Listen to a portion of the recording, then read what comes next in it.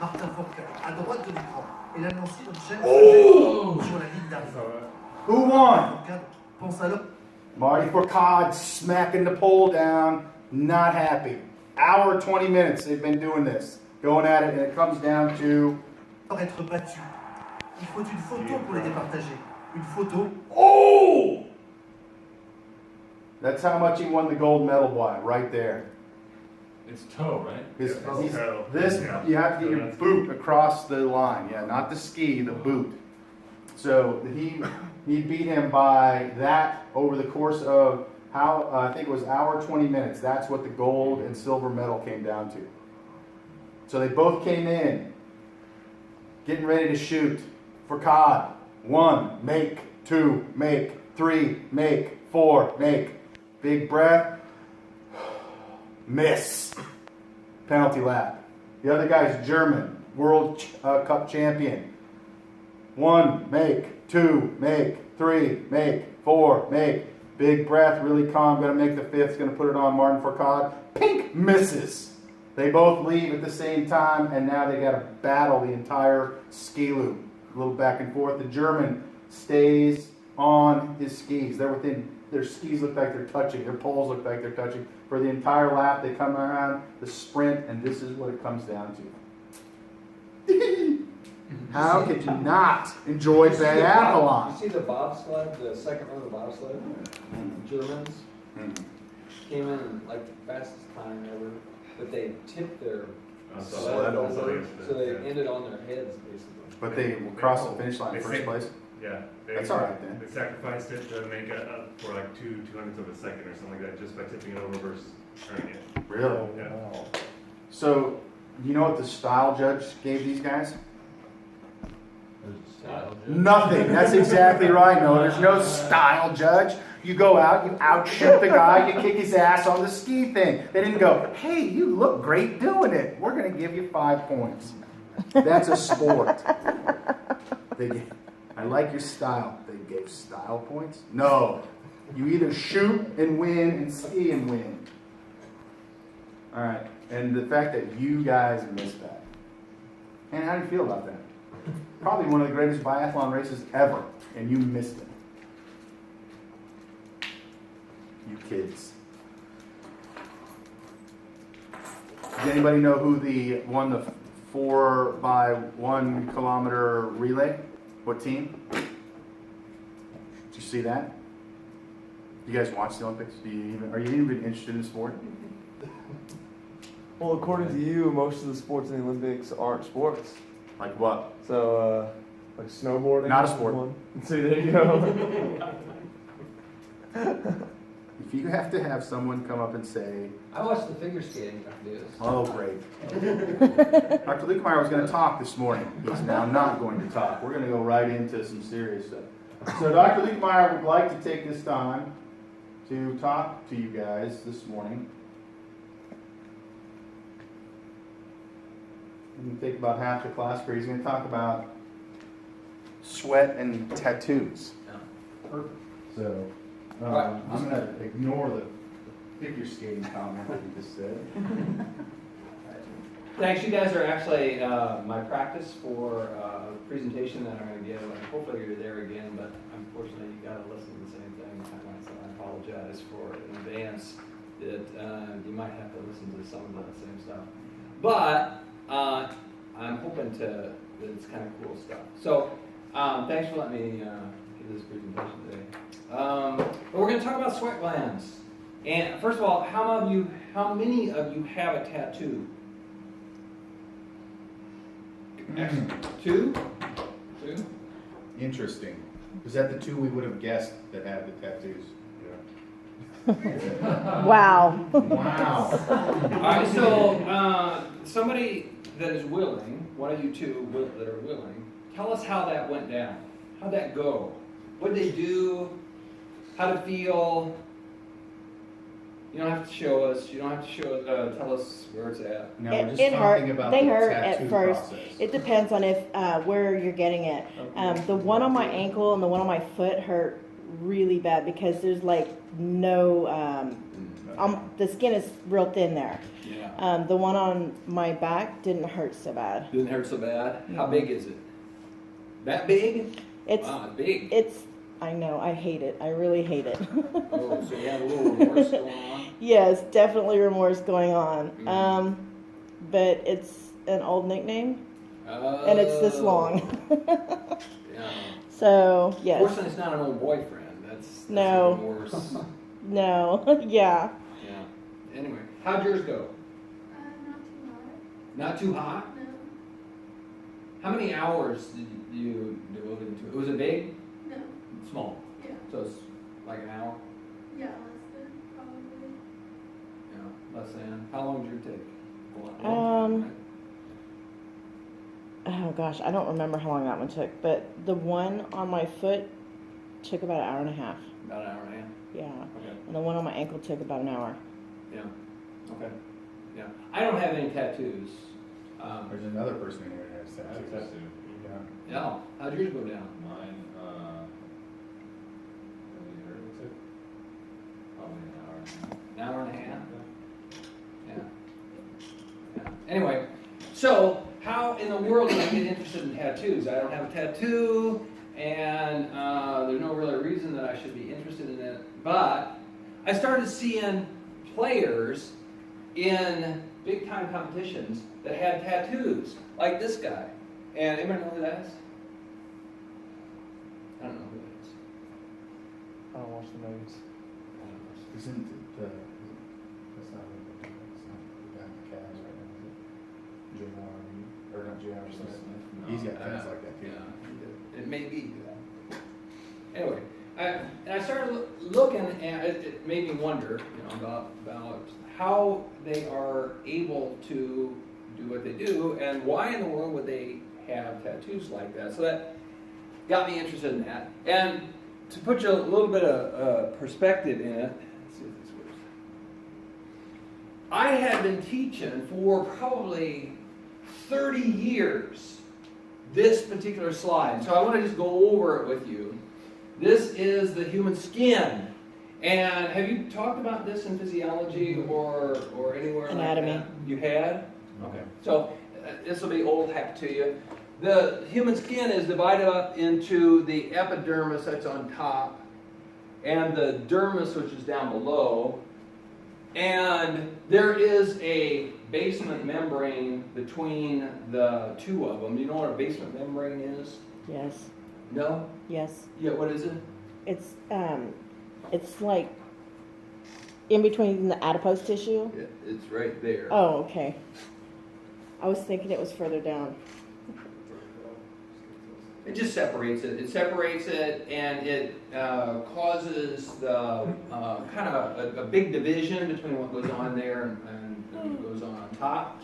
So I'm going to primarily be interested in the dermis, and the dermis is 3 to 5 millimeters. This area right here of the dermis is about 3 to 5 millimeters into your skin. This is a little lower than that, and the reason I'm interested in it because that's exactly where they put the ink for the tattoos. All right, so this is what I would say to my class before I was interested in tattoos. This is the dermis area, and it's full of connective tissue. And second of all, it's pretty vascular. It's got a lot of blood vessels in it, and it's innervated, so it has nerves in it. And what's more, well, it doesn't show this, but it has hair follicles coming out of it. And those hair follicles have glands in them. But the other thing that's interesting about it is it has these other glands, which are called eccrine glands, that produce sweat, so that when you are exposed to high temperatures, like you are in like August here in Dallas, or if you are exercising and produce heat internally, these sweat glands are activated and start to produce sweat.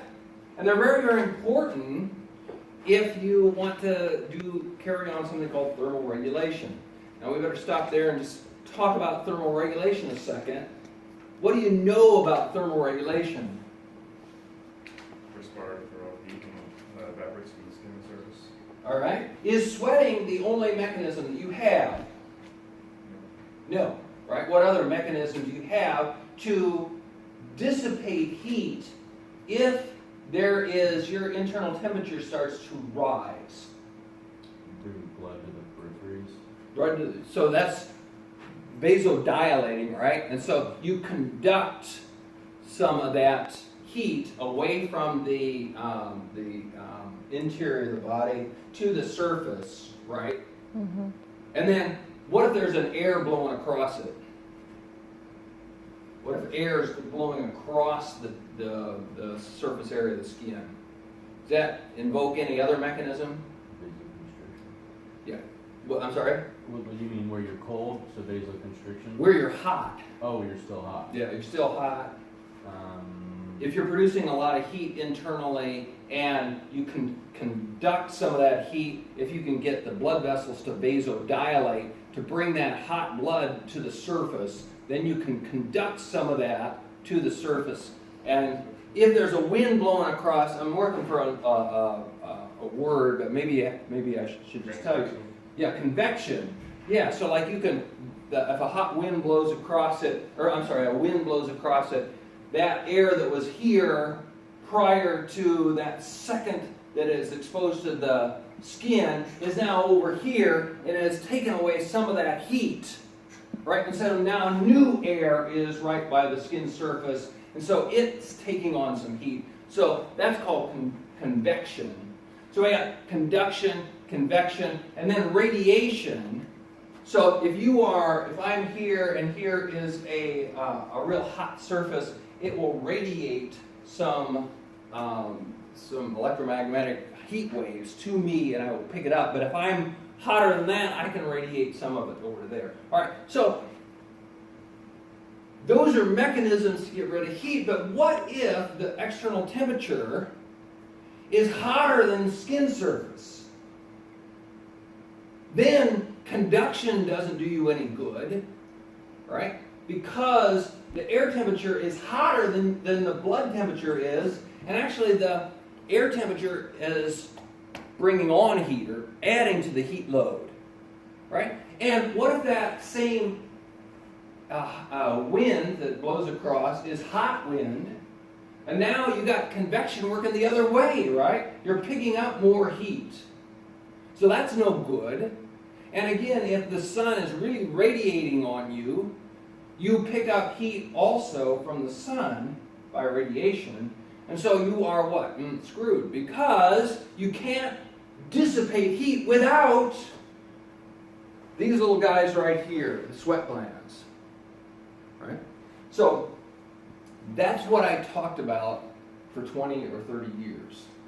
These sweat glands and how important it was that they are functioning, because sometimes that's all the mechanisms you have to dissipate heat. You have to rely on them.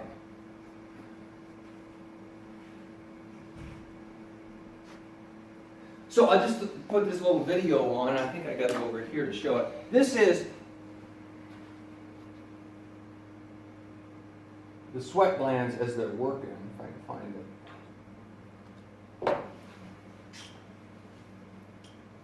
So this is in the finger, and they're pretty, the sweat glands in the fingers there's a lot of them. That's why I think they chose that to show you this.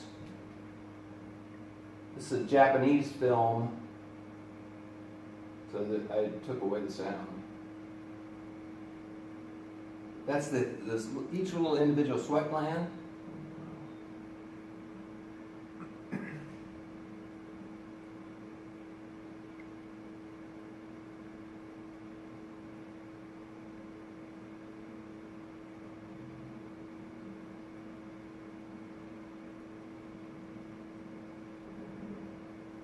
Pretty cool, huh? Mm-hmm.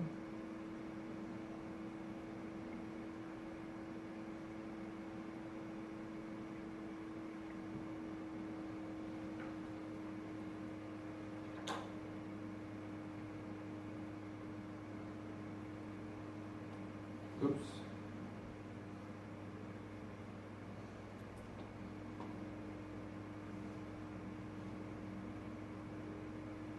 Okay, so let me me just step back a second and say, why is the production of that water on the surface of the skin, why is that important for thermal regulation?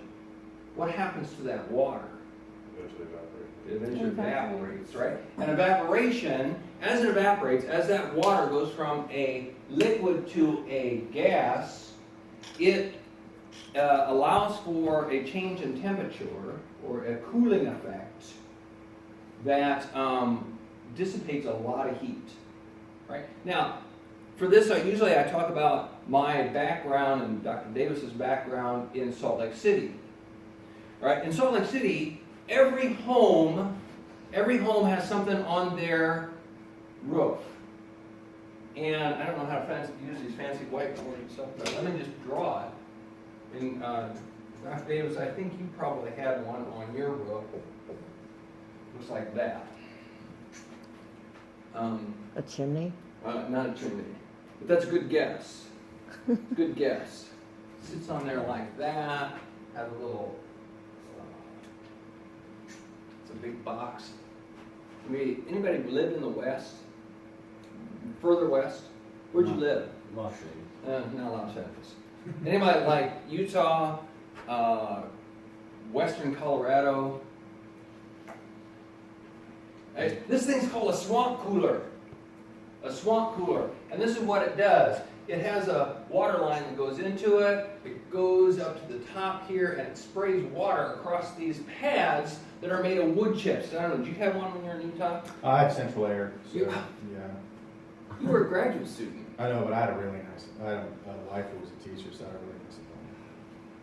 Everyone in Utah, except for the Davis family, had one of these. They're called swamp coolers.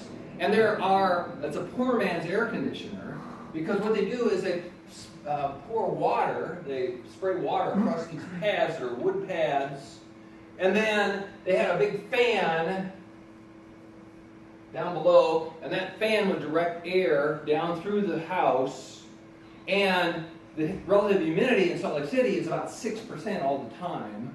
So it had a big evaporative capability, and it would evaporate and cool the whole house. And you would blow that cold air in through the house, and you could actually open up the windows on the side of the house, and that airflow would then go like that. And so you would not only have a cooling effect, but you would have a breeze that went through your house, and they're wonderful. Except for when they get clogged up, and you got to go up there and change the pads on that, which you have to do about every year. So those are swamp coolers, and the same thing happens to sweat glands, right? They produce a lot of water. That water, if the relative humidity of the air is low, that can evaporate and cause this cooling effect. So why don't we have swamp coolers in Texas? Too high humidity. Too high humidity. Humidity's too high. Right, exactly. Feels like it's a lot hot here all the time. All right, so let's go back to my original interest. My original interest, I saw these athletes that had lots of tattoos.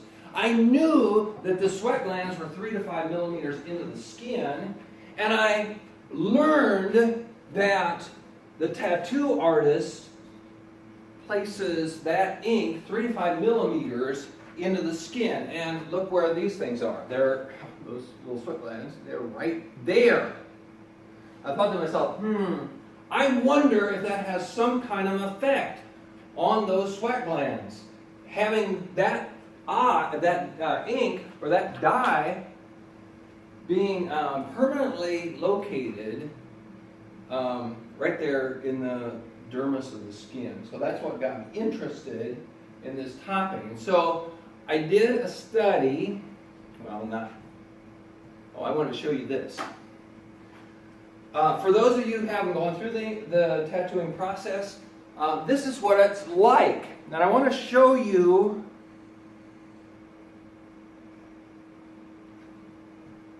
And now that we know how the machines work, it's time to investigate what the needles are doing to the skin. I brought special lights and a special macro lens so we can record it at first 1500 frames per second and then ramp it up to 3200 frames per second. This is why tattoos hurt. Is this what that look what we had?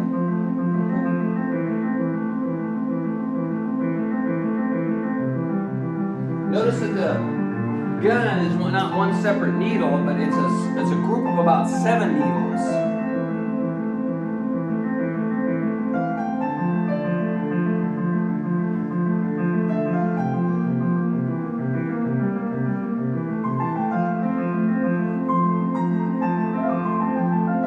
That's just pushing that die by capillary action. In other words, takes the die into the prongs of the needles, and then it pushes it into the skin. 3 to 5 millimeters into the skin. Right where the sweat glands are.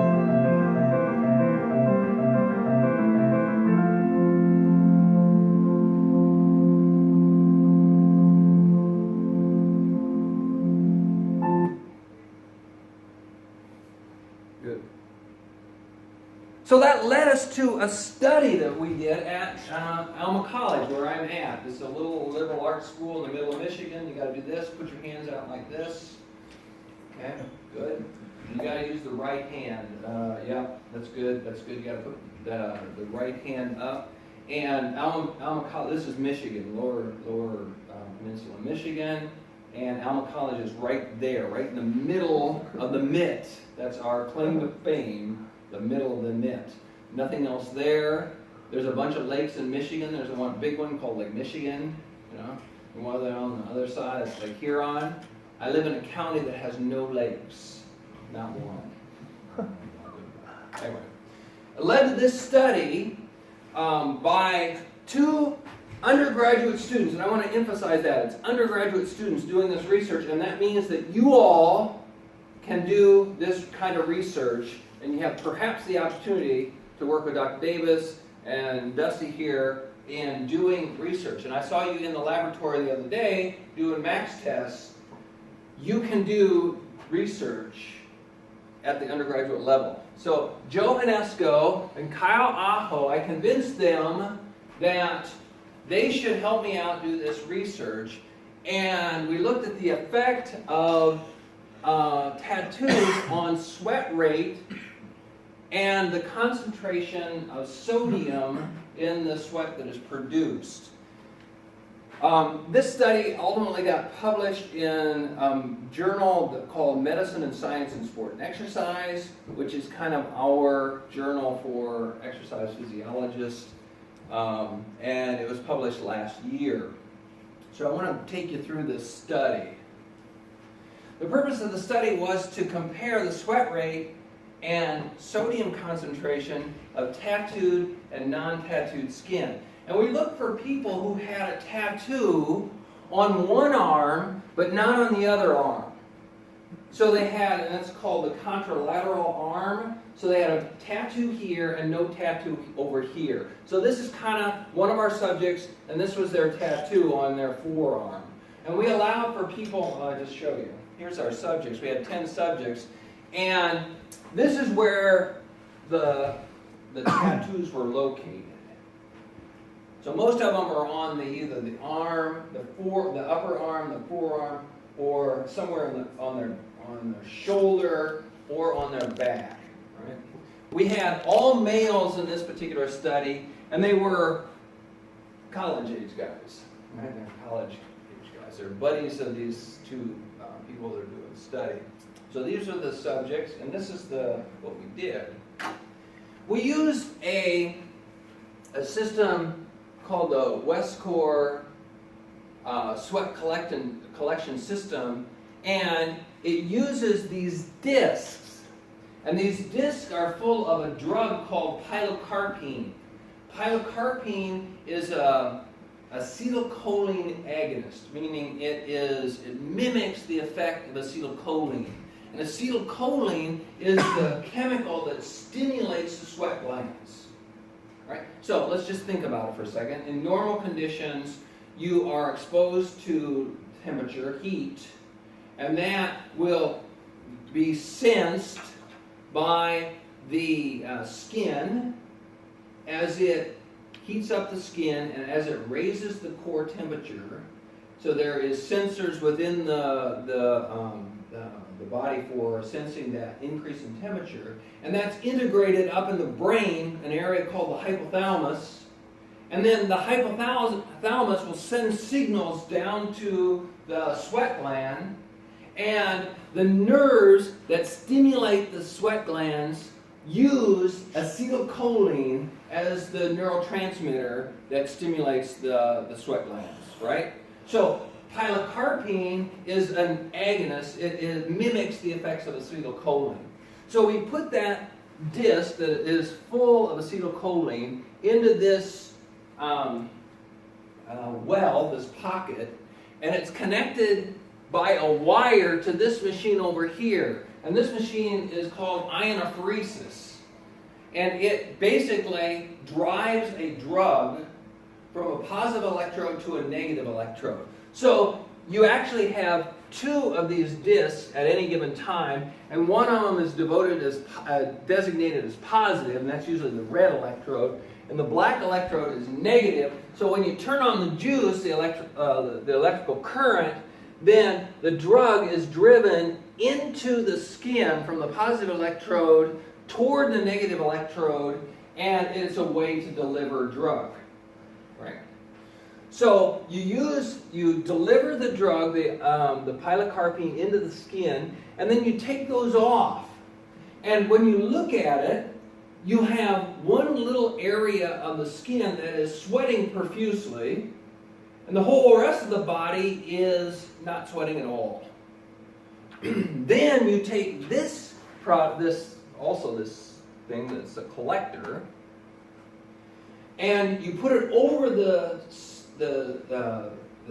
where the positive electrode was, and the sweat that is stimulated will go into these coils and will start collecting in these coils. Good? Now, we have weighed those collecting coils, this whole disc, beforehand.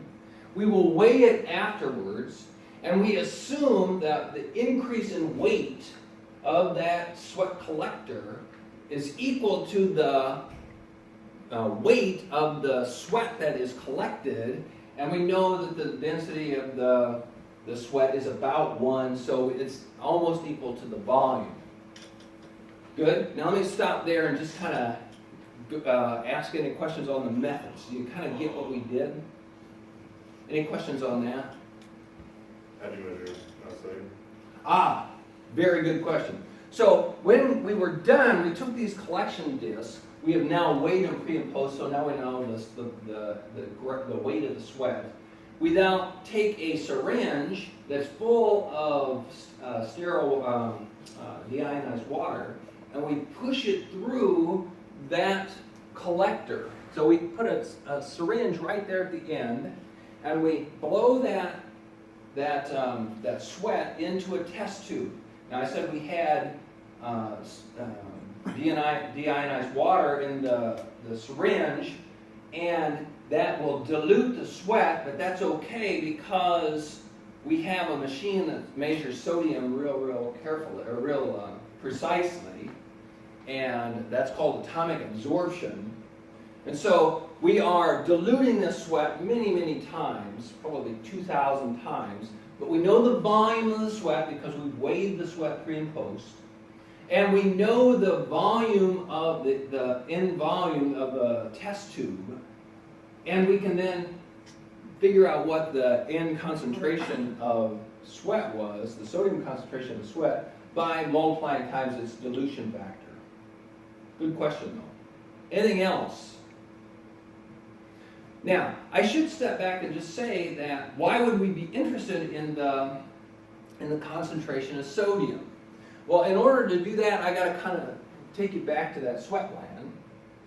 And sweat, and let me just do that.